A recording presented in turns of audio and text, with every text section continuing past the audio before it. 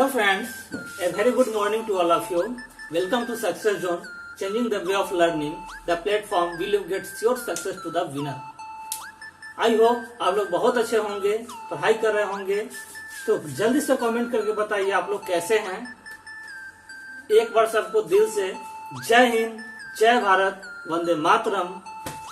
तो फ्रेंड्स, जैसा कि आप लोगों को पता है कि आपका फेवरेट चैनल सक्सेस जोन में आपको सिविल इंजीनियरिंग का पढ़ाई कराया जाता है और अब जो है आपका नॉन टेक्निकल का भी उसमें क्लास चलेगा, जो कि non technical classes for SSC JE, state CGL, SSC JE, SSC CGL, railway, banking, army and any other non-technical and technical competition examination, and also BPSC, JPSC and state PCS exam भी आपको covered करवाया जाएगा और Rajasthan JEE के लिए भी राजस्थान का आपको जीके इसमें पढ़ाया जाएगा।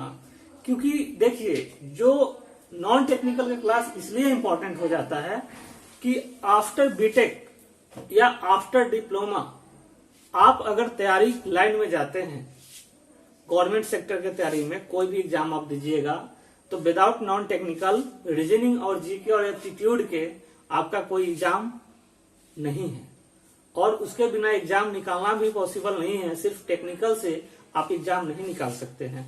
तो वहां पे आपको नॉन टेक्निकल का भी जरूरत है। तो आपको नॉन टेक्निकल वाले बच्चों के लिए भी इम्पोर्टेंट है और जो आर्मी का, बैंकिंग का, रेलवे का या एसएससी का या आप नॉन टेक्निकल फील्ड में कोई भी चीज का तैयारी कर रहे हैं, उनके लिए भी उतना ही इम्पोर्टेंट है। तो उन्हें भी बेनिफिट मिलेगा। तो मैं वीकेंड में आपको जो क्लास होगी नॉन टेक्निकल का, आपको 4 वीडियो मिलेगा, ओके, और टेक्निकल का जो मिलेगा वो आपको 6 वीडियो मिलेगा। मतलब एक वीक में आपको 10 लेक्चर मिलेगा। 10 लेक्चर में 6 टेक्निकल और 4 नॉन टेक्निकल। और एक दिन जो होगा संडे, वो आपका रेस्ट होगा। संडे में आप लोग रिवीजन करेंगे। जितना मैं पढ़ाऊंगा आप उसका रिवीजन करेंगे, आप खुद से उसका एनालिसिस करेंगे, कहाँ आपको और ज्यादा मेहनत करने की जरूरत है वो टॉपिक आप बताएंगे या डाउट बताएंगे, मैं वो फिर क्लियर करूंगा। तो 4 class non technical, 6 class technical आपका मॉर्निंग में 6 बजे अपलोड कर दिया जाएगा। तो आप लोग बने रहेंगे और अगर आप लोग को वीडियो अच्छा लगता होगा तो लाइक कीजिएगा, सब्सक्राइब कीजिएगा, ज्यादा से ज्यादा आप लोग शेयर कीजिएगा अपने दोस्तों के साथ, क्योंकि मुझे एक एनर्जेटिक पॉजिटिव एनर्जी मिले और मैं आपके लिए फुल एफर्ट के साथ एक बेहतरीन क्लास, आपके लिए एक बेहतरीन लेक्चर आपके साथ लाऊं और आप लोगों का हेल्प करूं। तो अभी तक आप लोगों का बहुत अच्छा व्यू मिला, बहुत अच्छा रिस्पांस मिला, इसके लिए मैं एक बार तहे दिल से सबको धन्यवाद करना चाहता हूं। तो friends, we are going to on topic. हमारा एसएससी जेई या जो भी नॉन टेक्निकल एग्जाम है या टेक्निकल एग्जाम है, उसमें नॉन टेक्निकल का वेटेज क्या होता है और कहां से क्वेश्चन क्या आता है। तो उसके लिए देखिए, आपको सब्जेक्ट बाय सब्जेक्ट हम लिखे हैं कि जो मैं पढ़ाऊंगा आपको, और आपको कौन सा बुक प्रेफर करने हैं वो भी मैं आपको बताऊंगा। तो आपको हिस्ट्री पढ़ना है, जो कि कोई भी एग्जाम में आप देख लो, बीपीएससी में देख लो या एसएससी जेई में या सीजीएल में देख लो या रेलवे में देख लो, एंशिएंट हिस्ट्री, मिडाइवल और मॉडर्न हिस्ट्री से क्वेश्चन आते हैं और ज्यादा क्वेश्चन आपके आते हैं मॉडर्न हिस्ट्री और मिडाइवल हिस्ट्री से। तो history is the important part of the examination. तो हिस्ट्री में पढ़ाऊंगा।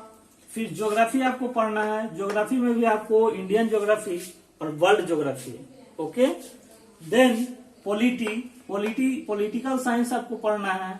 फिर इकोनॉमिक्स, फिर आपको साइंस पढ़ना है और साइंस में आपको पीसीबी पढ़ना है, फिजिक्स, केमिस्ट्री एंड बायोलॉजी, जो कि आपका साइंस जो होता है कोई एग्जाम का बैकबोन होता है। आप अगर कोई एग्जाम देते हो तो आपको साइंस जो है 10th लेवल तक का आपको एग्जाम में आता है, लेकिन उसमें 11th 12th का भी क्वेश्चन टच होते हैं, लेकिन बोला जाता है कि 10th तक का आपको साइंस है। तो मैं साइंस आपको प्योरली बहुत अच्छे से कराऊंगा।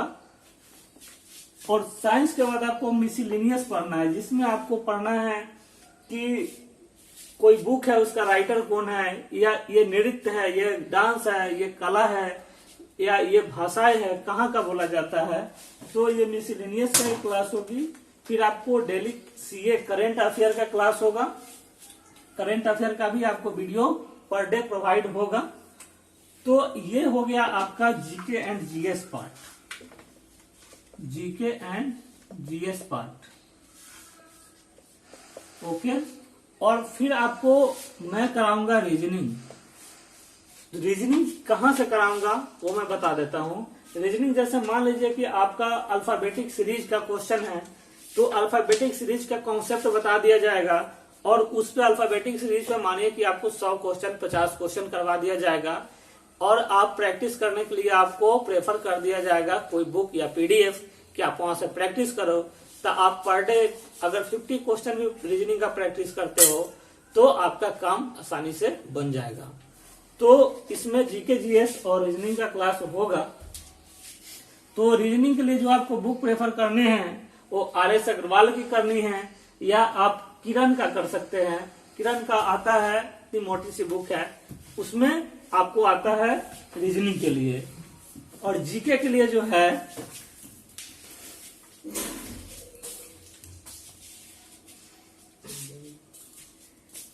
जो आपको है वो लुसेंट एनसीईआरटी का बुक है। ओके, लुसेंट का बुक जो आता है जीके का वो इम्पोर्टेंट है, और एनसीईआरटी जो 6 to 12 आता है वो आप पढ़ेंगे, वो भी इम्पोर्टेंट है। और कोई घटना जो बीपीएससी का या जेपीएससी का तैयारी कर रहे हैं तो उनके लिए मैं प्रेफर करना चाहूंगा कि वो घटना चक्र को पढ़े। घटना चक्र और एनसीईआरटी बहुत इंपॉर्टेंट है। और लुसेंट तो रामबाण है, उसको तो आप लोग को पर डे रिविजन करना चाहिए, तो वो इम्पोर्टेंट है। तो ये हो गया आपको कंटेंट की क्या क्या आपको पढ़ने हैं। देन हम लोग शुरू करेंगे हिस्ट्री। तो आप लोग देखेंगे, साथ बने रहिए आप अपने फेवरेट चैनल सक्सेस जोन के साथ। तब तक के लिए आपको बहुत बहुत धन्यवाद है, और आपको हिस्ट्री का क्लास शुरू किया जाएगा।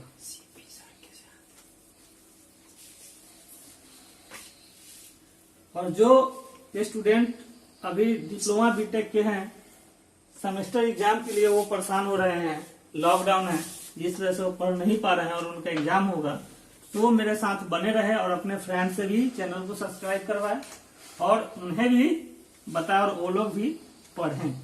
जहां तक हो, जहां ज्ञान बंटना चाहिए फ्री में ले लो या पैसे दे के ले लो, बात अलग की बात है। ज्ञान छोड़ना नहीं चाहिए, कहीं से भी ज्ञान मिले लपेट लो। तो स्टूडेंट्स, आपका जो क्लास शुरू होगा हिस्ट्री, मतलब इतिहास, जो हमारा पास्ट बीत गया, जो हमारे पूर्वज कर गए उन्हीं का हम अध्ययन करेंगे। तो हिस्ट्री में आपको देखिए 3 पार्ट है।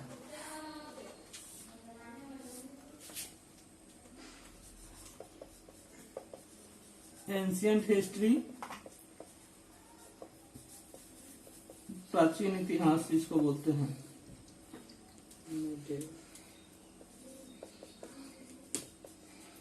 देन मेडाइवल, स्पेलिंग यार देख लीजिएगा आप लोग, अगर कहीं पे अगर फॉल्ट हो रहा है तो उसको आप सही कर सकते हैं। मध्यकालीन भारत। नेक्स्ट है आपका मॉडर्न हिस्ट्री, जो कि है आधुनिक भारत, जिसमें गांधी जी अपना खेल खेले थे और हमारे देश को आजादी दिलाए थे। वही आधुनिक भारत के बारे में वहां पढ़ना है। तो ये 3 पार्ट में आपका हिस्ट्री बट गया, और बोला जाता है कि who is the father of history, तो Herodotus is the father of history. Herodotus को बोला जाता है फादर ऑफ हिस्ट्री। लिखेंगे कि फादर ऑफ हिस्ट्री कौन है? हेरोडोटस। हेरोडोटस। ओके, ये कहीं कहीं पूछ लिया जाएगा, तो आप लोग इसको नोट कर लेंगे। और आपकी जो क्लास चलेगी लेक्चर 1, वो शुरू मैं करूंगा मेडाइवल हिस्ट्री से। क्यों करूंगा, इसके पीछे भी स्टूडेंट्स लॉजिक है कि आपका जो क्वेश्चन आता है मेडाइवल और मॉडर्न से ज्यादा आता है। और मैं आपको नोट्स बनवाने के लिए क्लास नहीं प्रोवाइड कर रहा हूं, मैं आपको एग्जाम क्रैक करने के लिए, कॉन्सेप्ट के लिए आपको टू द पॉइंट में पढ़ाना चाहता हूं। और मैं ये जब दोनों पार्ट पढ़ा दूंगा तब मैं आपको एंशिएंट पढ़ाऊंगा। ये नहीं है कि आपको अगर एंशिएंट नहीं पढ़े तो मेडाइवल का कॉन्सेप्ट समझ में नहीं आएगा, ऐसा कुछ नहीं है। यहाँ पे सबका कॉन्सेप्ट अलग अलग है, इसलिए आप लोग मेडाइवल हिस्ट्री आज आपका लेक्चर 1 शुरू होगा।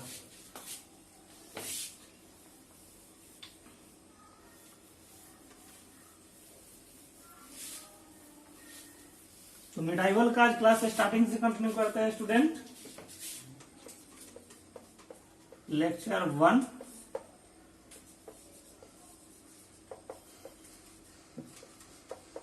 Medieval history. देखिए, मेडाइवल हिस्ट्री जो है मध्यकालीन भारत, इसमें हुआ क्या था।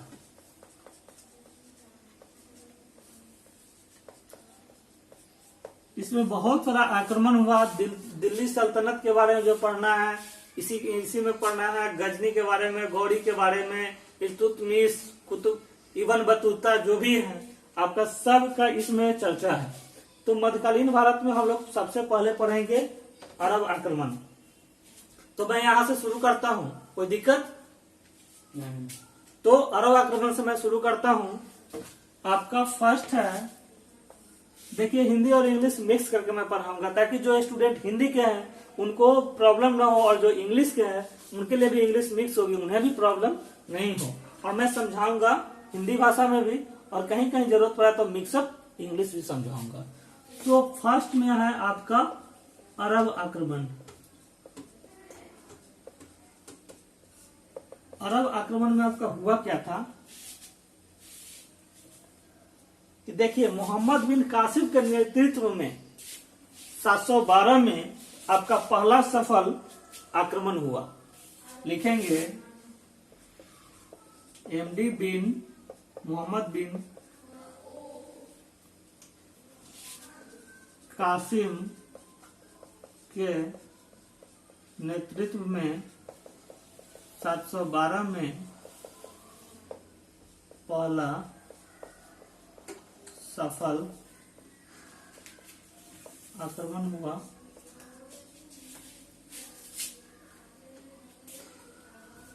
पढ़िए, पहला सफल आक्रमण हुआ, जो कि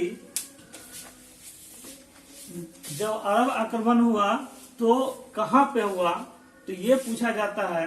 तो किसके नेतृत्व में, तो मोहम्मद बिन कासिम के नेतृत्व में। कब, 712 में। और कौन से जगह पे हुआ, तो इसने कहां पे अपना मतलब आक्रमण किया, तो देखिए ये सिंध और मुल्तान पर विजय प्राप्त किया। वहां के राजा को क्या किया, हरा दिया, और उसके बाद विजय प्राप्त किया सिंध और मुल्तान पे। और इससे पहले पूछा जाता है कि सिंध और मुल्तान पे जो विजय प्राप्त किया मोहम्मद बिन कासिम, तो ये इससे पहले यहाँ का राजा कौन था। इससे पहले यहाँ का राजा कौन था, दाहिर सेन का शासन था। हमने बताया था आपको कि इससे पहले जो था सिंध और मुल्तान पर जो शासन था वो किनका था, दाहिर सेन का। ये इंपॉर्टेंट है, पूछ लिया जाता है। तो इसके बारे में हम लोग को इतना पढ़ना है। अरब आक्रमण के बारे में क्वेश्चन आएगा तो आपका ये आएगा कि किसके शासन काल में, किसके नेतृत्व में 712 में कब आक्रमण हुआ। तो ये मैं इरेज करूं, ये आपका अरब आक्रमण हो गया। नेक्स्ट आपका है तुर्की आक्रमण। नेक्स्ट है आपका तुर्की आक्रमण, इसको मैं मिटा देता हूं।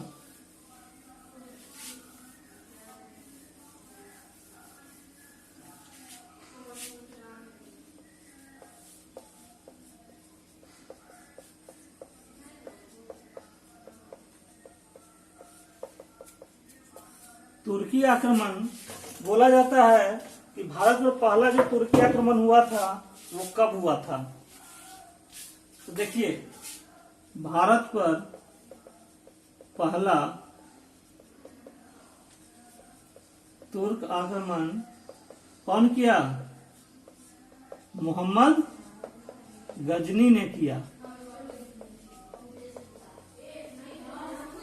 पहला जो तुर्की आक्रमण किया मोहम्मद गजनी ने किया।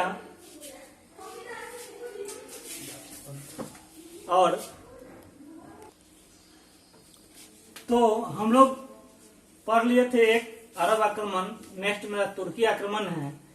तो हमने बोला था अभी आपको कि भारत पर पहला जो तुर्क आक्रमण हुआ वो किसने किया? मोहम्मद गजनी ने किया। और मोहम्मद गजनी के बारे में आप जानते हैं, बहुत जगह पूछा जाता है कि कौन सा ऐसा शासक था जो भारत पर सबसे ज्यादा आक्रमण किया और कितना बार किया। तो आपको पता है कि मोहम्मद गजनी ने भारत पर 17 बार आक्रमण किया। और क्वेश्चन एक ये भी पूछता है आपका कि who is destroyed by Somnath temple, किसके द्वारा सोमनाथ टेम्पल को बर्बाद किया गया? तो मोहम्मद गजनी ने ही सोमनाथ टेम्पल को बर्बाद किया था। और सोमनाथ टेम्पल आपका कहाँ है? आपका गुजरात में है, जो कि मोहम्मद गजनी के जितना आक्रमण है उसमें ये एक प्रमुख आक्रमण है। ओके, तो आप लोग देखेंगे कि भारत पर पहला जो तुर्क आक्रमण हुआ वो गजनी ने किया। और कब किया? तो 1001 ईस्वी में राजा जयपाल के विरुद्ध किया। ओके, और राजा जयपाल के बारे में मैं आगे पढ़ाऊंगा आपको। अब भारत पर मोहम्मद गजनी ने कितना बार आक्रमण किया? तो 17 बार आक्रमण किया। ये क्वेश्चन डायरेक्टली पूछा जाता है। इसको आप क्या करेंगे? हेडलाइन करेंगे। फिर क्वेश्चन है कि सोमनाथ मंदिर को लूटना 1025 में आक्रमण किया, जो प्रमुख आक्रमण थे। इसने सोमनाथ मंदिर को लूट लिया कब? 1025 में। तो स्टूडेंट्स, आपको यह भी पूछ सकता है कि सोमनाथ मंदिर को कब लूटा गया। तो आप जानेंगे कि आपको 1025 में सोमनाथ मंदिर को बर्बाद किया, लूटा मोहम्मद गजनी ने। और एक क्वेश्चन पूछा जाता है कि एक लेखक था जिसका नाम है अल-बरूनी, बहुत फेमस नाम है और बहुत इससे क्वेश्चन आते हैं कि अल-बरूनी मोहम्मद गजनी के साथ भारत आया था। ओके, तो एक क्वेश्चन अल-बरूनी से ये आता है कि तहकीक-ए-हिंद पुस्तक किसकी रचना है? तो तहकीक-ए-हिंद जो किताब आपका लिखा गया है वो अल-बरूनी के द्वारा लिखा गया है। तो इसको आप लोग नोट कर लेंगे कि तहकीक-ए-हिंद, याद रखिएगा, अल-बरूनी ने लिखा था। तो ये हुआ आपका तुर्की आक्रमण के बारे में। मैं अब आपको बताऊंगा मोहम्मद गोरी के बारे में। ओके, तो ये आपको समझ में स्टूडेंट आया होगा। जितना पॉइंट मैं लिखा रहा हूं बहुत इंपॉर्टेंट है, बहुत क्वेश्चन आते हैं। तो नेक्स्ट है आपका मोहम्मद गोरी। 3 में मोहम्मद गोरी। मोहम्मद गोरी के बारे में क्या पढ़ना है कि तराइन का जो प्रथम युद्ध हुआ, देखिए 1191 में हुआ था।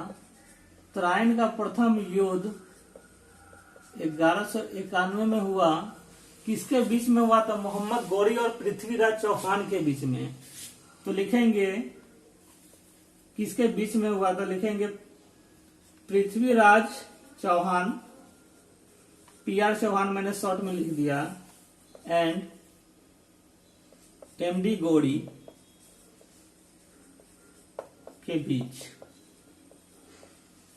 इसके बीच हुआ और आपका जो विनर हुआ वो चौहान साहब हो गया विनर। और इसी में लिखेंगे कि विनर कौन हुआ। तो विनर कौन है आपका, मतलब जो जीता वो कौन था? PR चौहान।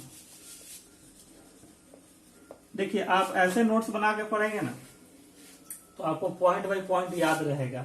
और आप एक कहानी में लिख देंगे पूरा 1 पेज, तो वैसा आपको याद नहीं रहेगा। और आप ऐसे एरो देके, ऐसे लाइन देके, ऐसे डैश देके पॉइंट बाय पॉइंट पढ़ेंगे तो आपको याद करना भी मुश्किल नहीं होगा, आसानी से याद कर लेंगे। तो PR चौहान जो थे, पृथ्वीराज चौहान, वो विनर हुए। और नेक्स्ट क्वेश्चन पूछता है कि तराइन का द्वितीय युद्ध जो हुआ वो 1192 में हुआ। यह हुआ पीआर चौहान, पृथ्वीराज चौहान और मोहम्मद गौरी के बीच में। तो ये भी आपका हुआ same, PR Chauhan and MD Gauri के बीच, जहां पे विनर हो गए इस बार गौरी साहब। राजा जयपाल ने इनका मदद कर दिया था। तो आप लिखेंगे कि राजा जयचंद ने गौरी का मदद किया और गौरी जीत गया। तो अब यहां लिखेंगे विनर इसका। तो इसका विनर कौन होंगे? एमडी गौरी। और कैसे विनर हो गए सो लिखेंगे कि राजा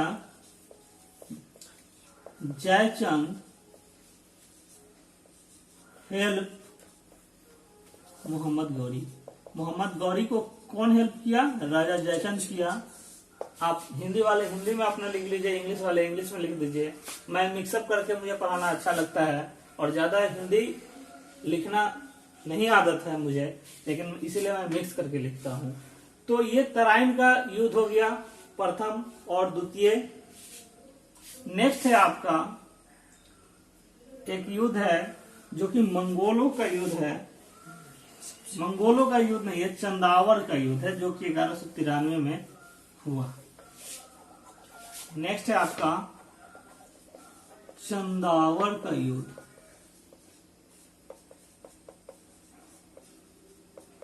जो कि 1193 में हुआ। तो ये किसके किसके बीच में हुआ? तो यहां आप लोग लिखेंगे कि राजा जयचंद और गौरी के बीच में हुआ कि राजा जयचंद और गौरी के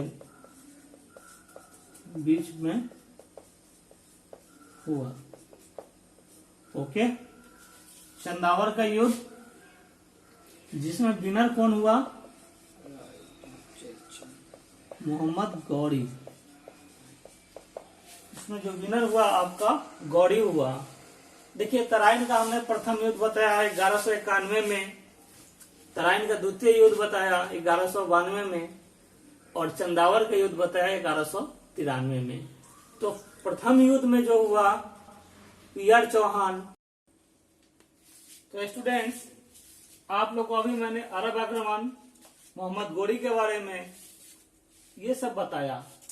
अब आपको जो शुरू हो रहा है दिल्ली सल्तनत, जो कि 1206 से लेकर 1526 तक चला, जो कि बहुत बहुत very very important topic of medieval history.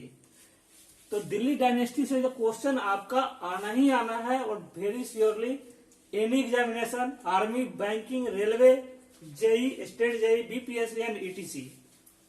सो आप लोग पूरा फोकस करेंगे टॉपिक पे, दिल्ली सल्तनत पे। आप लोग भूल जाएंगे कि अभी आपको क्या पढ़ना है दूसरा और नहीं पढ़ना है। ओनली दिल्ली डायनेस्टी पे आपको ध्यान होना चाहिए।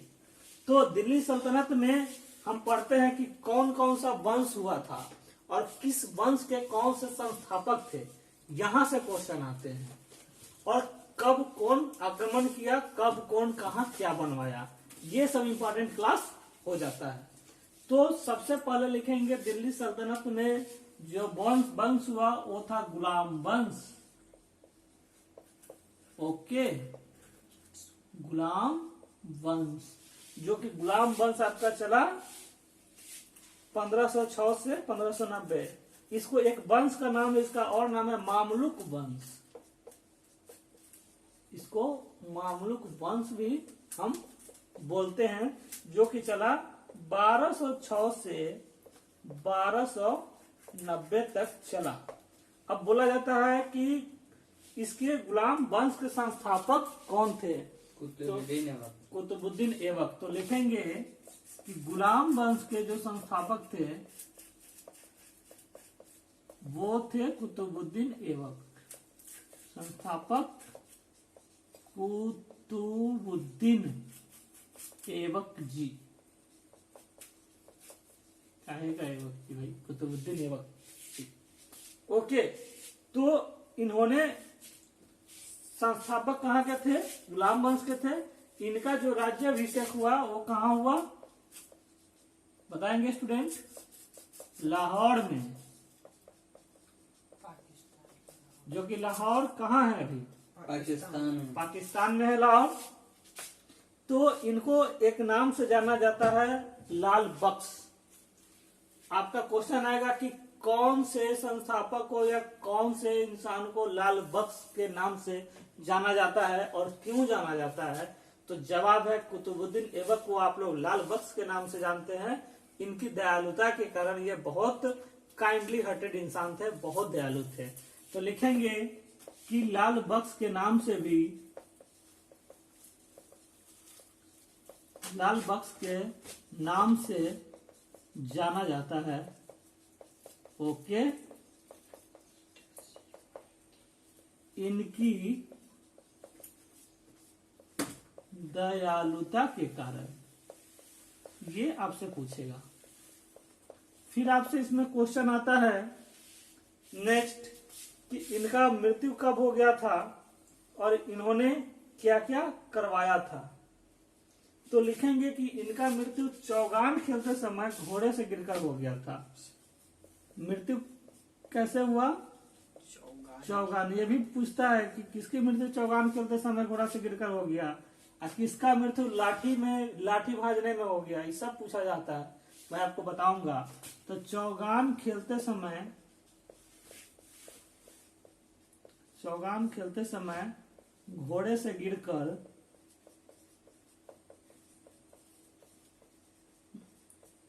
हो गई। ओके, नेक्स्ट आपका पॉइंट है इसमें कि इनके शासन काल में इनको दफनाया कहाँ गया, ये भी पूछा जाता है। तो लिख लीजिए कि राज्याभिषेक भी लाहौर में ही हुआ और दफनाया भी उनको वहीं गया, लाहौर में दफनाया गया, लाहौर में दफनाया गया। ओके, नेक्स्ट आपका पॉइंट है इसमें कि इसने शेख ख्वाजा कुतुबुद्दीन बख्तियार काकी की याद में इन्होंने कुतुब मीनार की नींव रखी। किसकी याद में? तो शेख ख्वाजा बख्तियार काकी की याद में इन्होंने कुतुब मीनार जो कि दिल्ली में है उनकी याद में रखी, नींव रखी, ना कि बनवा दिया। नींव रखे थे बेचारे और चल बसे, तो कहां से बनवाएंगे?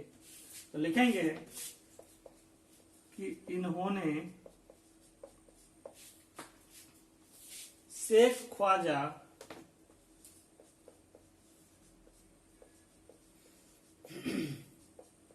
बख्तियार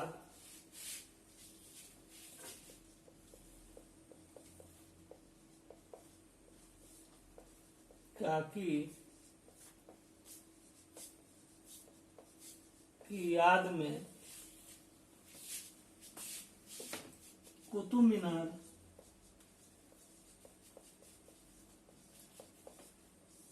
बनवाने की नींव रखी।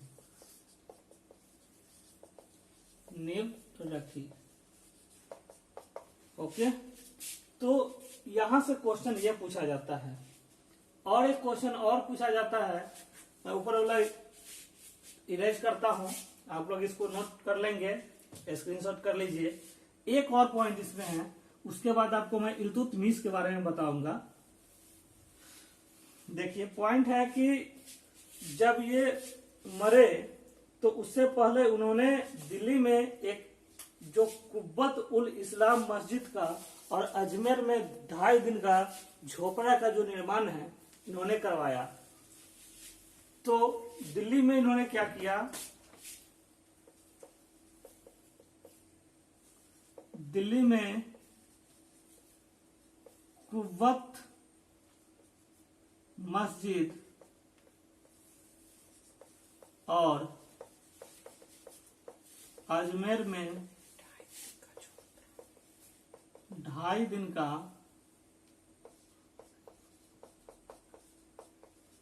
दिन का झोपड़ा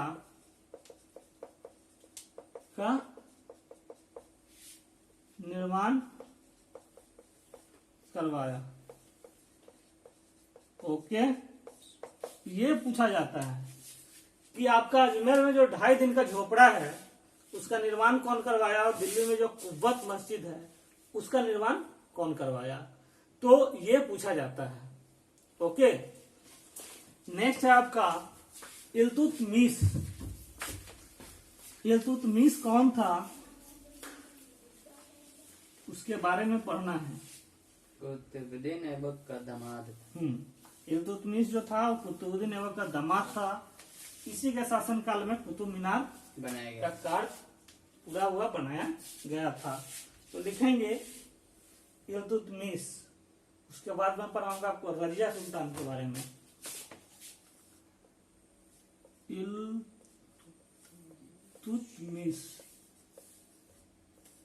इल्तुतमिश का जो शासनकाल था वो 1210 से 1236 था। 1210 से 1236 था।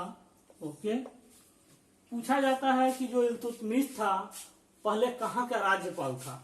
तो इल्तुतमिश के बारे में आप पॉइंट पहले सुन लीजिए कि ये बदायूं का राज्यपाल पहले हुआ करता था। ओके, और इल्तुतमिश जो था वो कुतुबुद्दीन ऐबक का दामाद था। इसी के शासनकाल में आपका कुतुब मीनार का निर्माण कार्य पूरा हुआ। तो आप लोग लिखेंगे, और भी सारे पॉइंट है मैं बता रहा हूं, लिखेंगे कि पहले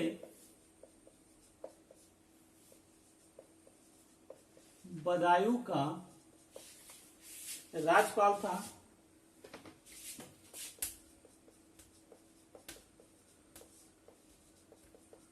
फिर लिख देना कुतुबुद्दीन ऐबक का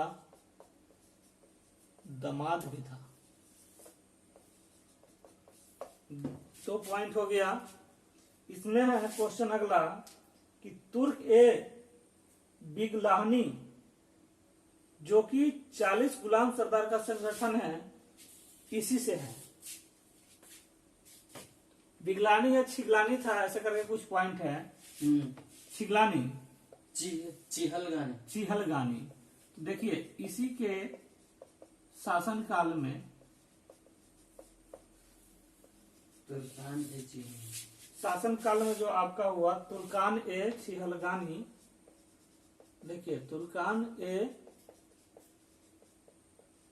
छिहलगानी, चिहलगानी, चलिए जो है छिहलगानी है मान लीजिए, छिहलगानी का संगठन था। पूछता है कि तुर्कान ए छिहलगानी का संगठन किसके शासनकाल में था, तो ये था आपको इल्तुतमिश के शासनकाल में। और तुर्कान ए छिहलगानी है उसमें 40 सरदार जो था वो गुलाम था, उसका संगठन था। तो ये था आपका तुर्कान ए छिहलगानी के बारे में। नेक्स्ट आपका क्वेश्चन पूछा जाता है इसमें कि इसका मकबरा कहाँ है, तो दिल्ली में। तो लिखेंगे कि मकबरा को कहाँ बनवाया, दिल्ली। इसी के शासनकाल में चांदी का सिक्का और तांबे का जो टका था, और तांबे का टका का प्रचलन हुआ।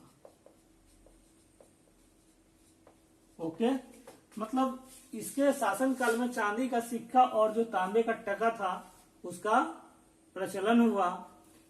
उसके बाद इसमें एक पॉइंट कि कुतुब मीनार कार्य का निर्माण पूरा हुआ। लिख लीजिए कुतुब मीनार कार्य का संपन्न हुआ, कंप्लीट हुआ इसी के शासनकाल में। और इसमें एक पॉइंट है कि मंगोलों ने भारत पर आक्रमण किया इसी के शासनकाल में। और मंगोलों कौन था बता रहे हैं, देखिए इल्तुतमिश के ही शासनकाल में मंगोलों ने भारत पर आक्रमण किया। ओके, अब मंगोलो जो था वो चंगेज खान से रिलेटेड है। इसका नाम तो आप लोग सुने होइएगा, चंगेज खान से रिलेटेड है। तो ये सारे पॉइंट बोलते हैं इल्तुतमिश के बारे में। शासनकाल कब चला, कौन था, क्या किया, इसके शासनकाल में क्या हुआ, जो मैं आपको बहुत अच्छे से कोशिश किया कि समझा पाओ। अब आप लोगों को कितना समझ में आया वो तो आप लोग ही जानेंगे। और जो डाउट जहां होगा कमेंट सेक्शन में कमेंट करेंगे, उसका आपको डिस्क्रिप्शन बॉक्स में ईमेल आईडी का लिंक दिया हुआ है। तो नेक्स्ट हम लोग चलेंगे रजिया सुल्तान के बारे में पढ़ेंगे। तो देखिएगा,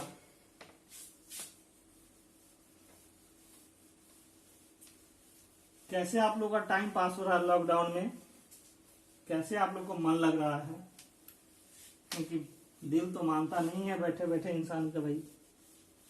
तो कुछ काम हो जाए, मस्ती करो, पढ़ाई भी करो, सब कुछ जरूरी है। नेक्स्ट है आपका रजिया सुल्तान।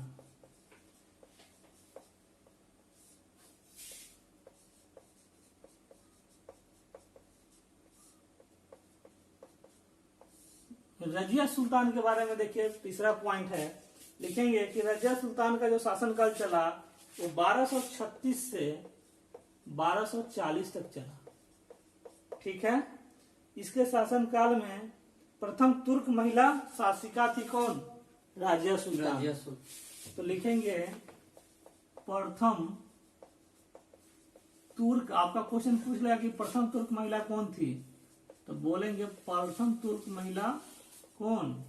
यही रजिया सुल्तान। लिखने की क्या जरूरत है, मैं यहाँ पे ऐसे कर रहा हूँ एरो कि आप समझ लेंगे। ये पॉइंट था पहला। दूसरा आपका पॉइंट इसमें है कि जो था प्रथा का त्याग और टोपी पहनकर राजा दरबार में जाने लगी, ये प्रथा जो हुआ वो हुआ रजिया सुल्तान के शासनकाल में। देखिए, पर्दा प्रथा एक था कि भाई कोई भी राजा के सामने आपको पहले क्या होता था कि पर्दा एकदम नीचे, मतलब मान लीजिए कि बुर्का होता है या आंचल होता है, उससे पूरा आदमी मुंह ढक लेता है। जो औरतें होती थी मुंह ढक लेती थी।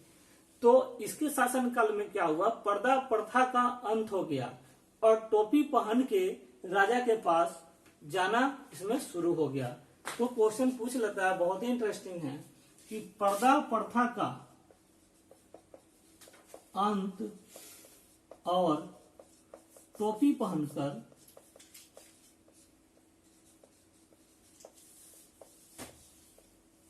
जाना शुरू हुआ। लेकिन हमारा सभ्यता और संस्कृति अभी भी बहुत अच्छा है।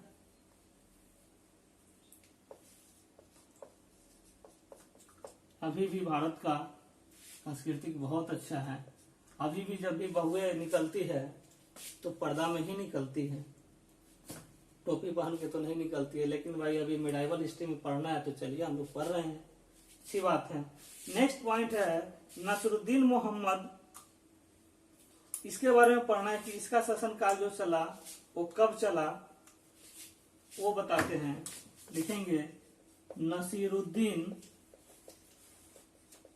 मोहम्मद। इसका शासनकाल 1246 से आपका चला 66 तक। तो इसके शासनकाल में क्या हुआ, अपनी जीविका टोपी सिलकर चलाता था ये बेचारा। ठीक है। लिखेंगे नसरुद्दीन मोहम्मद। चौथा पॉइंट था, इसके बारे में बस एक दो पॉइंट था। नसरुद्दीन मोहम्मद अपनी जो जीविका क्या करता था, टोपी सिलकर चलाता था। टोपी सिलकर चलाता था। ओके, तो ये हो गया आपका इस पॉइंट में। अब नेक्स्ट आपको हम पढ़ाएंगे बलबन। तो कैसा लग रहा है क्लास स्टूडेंट? आई होप बहुत अच्छा लग रहा होगा। बहुत इंपॉर्टेंट क्लास है आपका कोई भी एग्जाम के लिए। तो आप लोग इसी तरह ध्यान से बने रहिए, देखते रहिए और अपनी नजर पढ़ाई पे ही रखेंगे, क्योंकि नजर नजर का खेल होता है। नजर क्या नहीं करा देता है आप लोग नहीं समझ पाएंगे। इसलिए अपनी नजर को सही जगह पे ही रखें। ओके। नेक्स्ट है आपका बलबन। देखिए बलबन कौन था, बलबन का शासन कब से कब तक चला, इसके शासन काल में क्या हुआ वो पढ़ना है। तो लिखेंगे बलबन का जो शासन काल था वो 1266 से आपका 1286 तक था। 20 साल इसका शासन चला। इसने पहले गुलाम सरदारों के दल को समाप्त किया। देखिए बलबन जो था इसने, अब गुलाम सरदार किसके शासन काल में था, तुर्कान ए छिलियानी जो था, छिहलगानी, वो इल्तुतमिश के शासन काल में था। और बलबन के शासन काल में क्या हुआ, उसका सबसे पहले इन्होंने मुक्त किया, आजाद कर दिया। तो लिखेंगे इसने पहले गुलाम सरदारों के दल को समाप्त किया। इसने पहले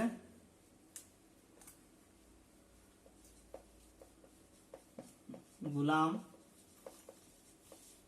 सरदार के दल को समाप्त कर दिया। ओके।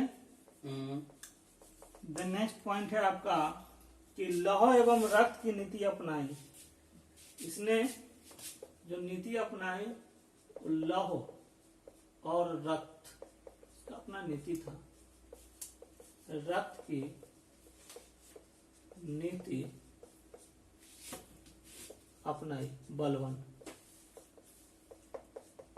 फिर नेक्स्ट पॉइंट है इसके बारे में कि सिजदा और पैबोस प्रथा का अनिवार्य किया इन्होंने। एक प्रथा था कि सिजदा और पैबोस प्रथा था। इसका डिटेल आपको देखना है तो आप एनसीईआरटी में या नेट पे देख लीजिएगा सिजदा और पैबोस प्रथा में क्या हुआ। लेकिन आपसे क्वेश्चन बोल देगा कि नीति कौन आया सिजदा और पैबोस का, तो लिखेंगे कि बलबन के शासनकाल में सिजदा और पैबोस प्रथा का नीति अपनाई। ओके। देन नेक्स्ट पॉइंट है आपका कि नवरोज उत्सव का प्रारंभ हुआ। तो लिखेंगे कि नवरोज जो उत्सव था एक, उसका प्रारंभ कहाँ हुआ, इसी में नवरोज उत्सव का प्रारंभ हुआ। फिर एक लास्ट पॉइंट है कि गुलाम वंश का अंतिम शासक जो था वो पूछा था कि कौन था, तो शमसुद्दीन ट्यूमर्स। लिखेंगे शमसुद्दीन ट्यूमर्स जो था वो गुलाम वंश का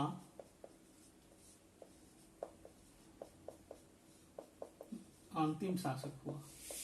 पहला शासक कौन था जी, कुतुबुद्दीन ऐबक, वहीं से ना शुरू था। तो वंश का अंतिम शासक हुआ, ये पूछेगा शमसुद्दीन ट्यूमर्स शासक था। ओके, तो इसको आप हेडलाइन कर लो। तो ये तो आपका बलबन के बारे में। अब जो शुरू होगा वो खिलजी वंश होगा।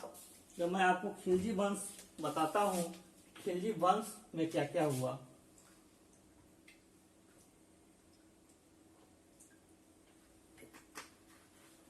एक मूवी आया था ना भी, रणवीर सिंह का और शाहिद कपूर का। इसमें अलाउद्दीन खिलजी का रोल कौन किया, रणवीर सिंह। कौन सी मूवी थी, पद्मावत आपकी मूवी आई थी, जो कि मलिक मोहम्मद जायसी साहब के रचनाकार है पद्मावत के। उसी में एक मूवी बनी थी अभी पद्मावत, दीपिका पादुकोण की, शाहिद कपूर की और अर्जुन रणवीर सिंह की। तो वही कुछ खिलजी वंश का रिलेटेड उसमें है, जो अलाउद्दीन खिलजी का उन्होंने रोल किया है। बहुत ही अच्छी मूवी है। उसके लिए काफी प्रॉब्लम भी हुई थी, तो मैं नहीं उस मूवी के सपोर्ट में हूँ, नहीं उस मूवी के विरोध में हूँ। जो भी है वो अपने जगह पे है, बस वो एक एंजॉय के लिए है, देखने के लिए है। बाकी उसका कोई धर्म से, कोई जाति से कोई उसका मतलब नहीं है। ओके, तो अब हम पढ़ेंगे खिलजी वंश के बारे में।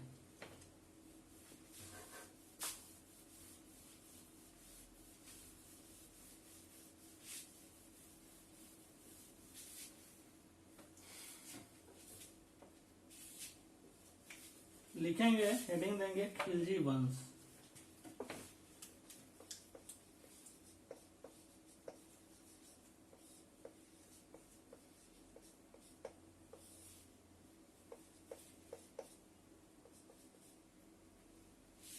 खिलजी वंश में लिखेंगे आप कब से कब तक चला, तो पहले लिखेंगे 1290 से लेके आपका जो चला 1320 तक चला। खिलजी वंश पूछा जाता है, तो इसके जो थे वो संस्थापक जो थे वो आपका जलालुद्दीन फिरोज खिलजी जो थे वो संस्थापक थे कहाँ के, खिलजी वंश के। तो लिखेंगे संस्थापक जलालुद्दीन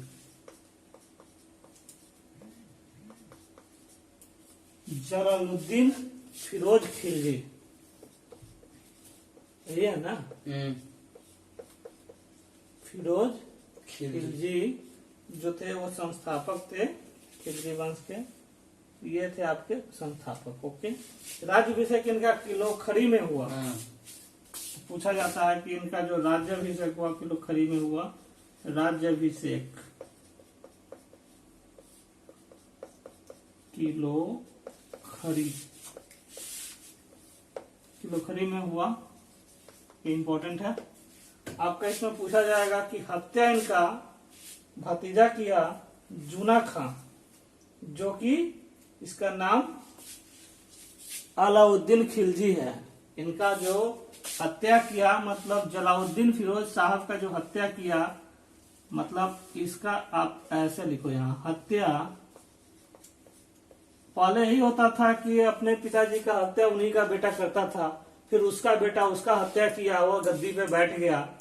पहले यही सब चलता था कि वो वो आपका गद्दी के लिए भाई का, बेटा का, पिताजी का, दादा का हत्या किया, ऐसे चलता था। तो इनका हत्या, इनका भतीजा जो था जूना खान, उसका नाम जूना खान भी था, फेमस हो गया अलाउद्दीन खिलजी से। अलाउद्दीन भतीजा जूना खान ने किया, क्योंकि जूना खान को किस नाम से जानते हैं, अलाउद्दीन खिलजी, बहुत फेमस ये था।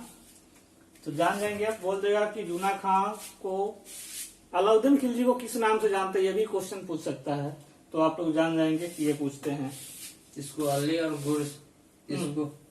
और गुरशप्पा के नाम से भी अली और गुरशप्पा के नाम से भी जानते हैं, जूना खां के नाम से भी जानते हैं। बहुत इसका जैसे कि है इम्पोर्टेंट है, तो लिख लेंगे कि एल्सो कॉल्ड अली एंड गुरशप्पा। पूछता है, ये सब भी पूछता है, इसलिए आप लोग इसको नोट करते चलेंगे, बहुत अच्छी बात है। फिर नेक्स्ट है आपका, अब जो वंश शुरू हुआ वो अलाउद्दीन खिलजी का हुआ। इनका बस चला, इतना ही दिन चला। उसके बाद अब जो आपका शुरू हुआ वो 1296 से जो शुरू हुआ, देखिए तो इसमें जलालुद्दीन साहब का जो चला था वो लिख लीजिए 1290 से 1296 तक चला, 6 साल बेचारे चला है। और उसके बाद अब आपको जो चला है वो अलाउद्दीन खिलजी अब करेगा राज।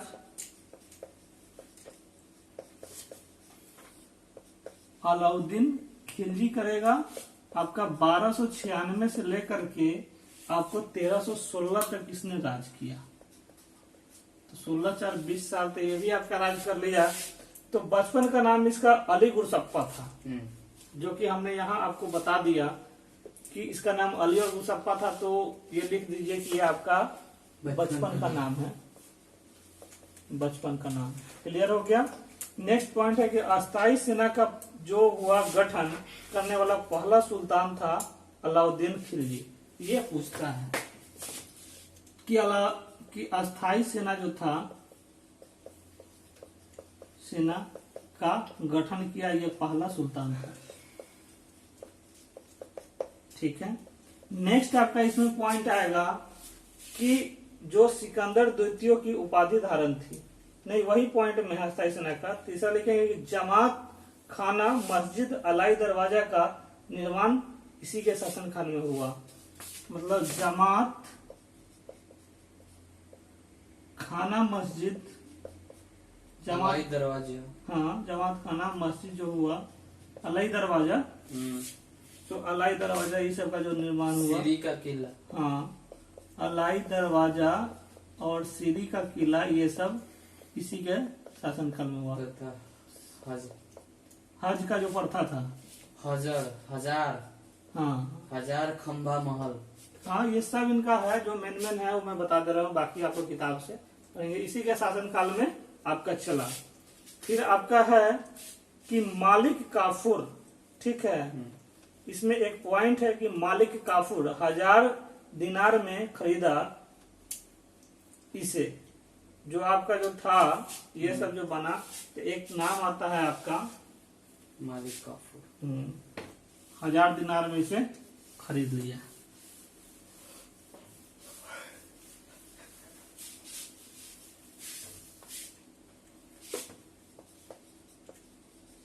मालिक काफूर कि इसने क्या किया, मालिक काफूर ने कि 1000 दिनार में खरीदा इसे, जो इन्होंने निर्माण किया। 1000 दिनार में खरीद लिया, खरीदा। फिर नेक्स्ट आपका पॉइंट है कि चित्तौड़ आक्रमण और मेवाड़ का जो विजय हुआ वो उस समय हुआ जिस समय राजा रतन सिंह, जिनकी राजधानी चित्तौड़ थी, इन्हीं के शासनकाल में। तो वही जो दिनार है वो पैसा है। हाँ, दिनार आपका पैसा हो गया। 1000 दिनार में खरीदा। दिनार कहीं कहीं चलता है, जैसे रुपया, दिनार, टका सब है। तो वही पद्मावत में दिखाया गया जो राजा रतन सिंह का जो रोल है, और चित्तौड़ की जो कहानी है, और ये अलाउद्दीन खिलजी का है। तो लिखेंगे कि चित्तौड़ का जो आक्रमण था, चित्तौड़ आक्रमण,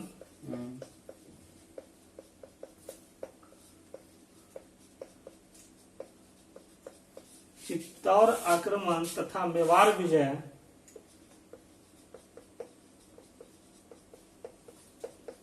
मेवाड़ जो विजय हुआ वो जो 1303 में हुआ था, ये कहानी वो हुआ उस समय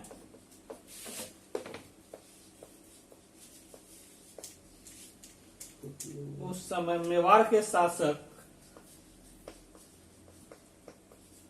कौन थे? राजा रतन सिंह। मेवाड़ के शासक राजा रतन सिंह, राजा रतन सिंह थे, जिनकी राजधानी चित्तौड़ थी। थे राजधानी कहाँ थी? चित्तौड़। तो वो उसी समय पे हुआ था हमला, जो हुआ था, आक्रमण हुआ था, उसी समय की कहानी। तो ये आपके पढ़ने थे खिलजी वंश के बारे में। तो खिलजी वंश आपका कंप्लीट हुआ। यहाँ से क्वेश्चन आपका आएगा कि बचपन का नाम क्या है? अली गयासुद्दीन कुरसप्पा, जो हमने बताया। जूना खां इसी का नाम है। उसके बाद है कि इसका शासनकाल कब से कब तक रहा। उसके बाद चित्तौड़ की जो कहानी है सो है मालिक काफूर की है। तो ये सब सारे पॉइंट आपके इसमें आते हैं। इसके बाद आपका जो पॉइंट होगा वो होगा आपको तुगलक वंश। इसका लास्ट शासनकाल।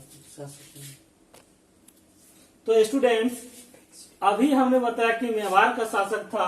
उसके बाद आपका एक क्वेश्चन आता है कि खिलजी वंश का जो अंतिम शासक था वो कौन था?